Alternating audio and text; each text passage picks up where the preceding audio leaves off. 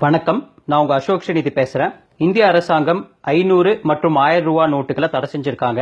இத பத்தி நான் நிறைய பேசிட்டு இருக்கேன். அதாவது இந்திய ஜனத்தொகை 123 கோடி. அதுல 1% பேர் தான் வருமான வரி கட்டுறாங்க. இந்த 1% மக்கள் தொகை மேலதான் மொத்த சுமையும் இருக்கு.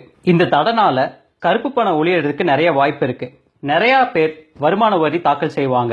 அப்ப நம்ம அரசாங்கத்துக்கு வருவாய் ஜாஸ்தி ஆகும். பல நலத்திட்டங்கள் கொண்டு வரலாம்.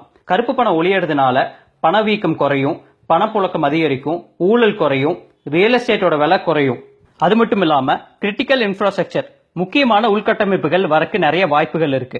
நம்ம பணமதிப்பு ஏறி அதனால முக்கியமான இறக்குமதி விலைகள் குறையறக்கு வாய்ப்புண்டு. எடுத்துக்காட்டுக்கு எண்ணெய், டீசல், பெட்ரோல் விலைகள் குறையறக்கு வாய்ப்புண்டு. இதையெல்லாம் தள்ளி வைங்க.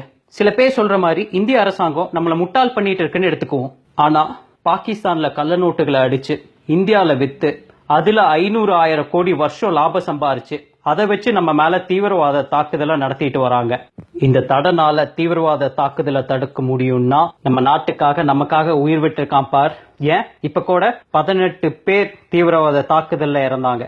அதுல ஒருத்தரை நம்மளால காப்பாற்ற முடியும்னா நம்ம ஏடிஎம் வாசல்லையும் பேங்க்லயும் கியூ நிக்கிறது தப்பே கிடையாது. இன்னும் 2 வாரம் என்ன 2 மாசம் நிக்கிறதுக்கு நான் தயாரா இருக்கேன். ஜெய் ஹிந்த்.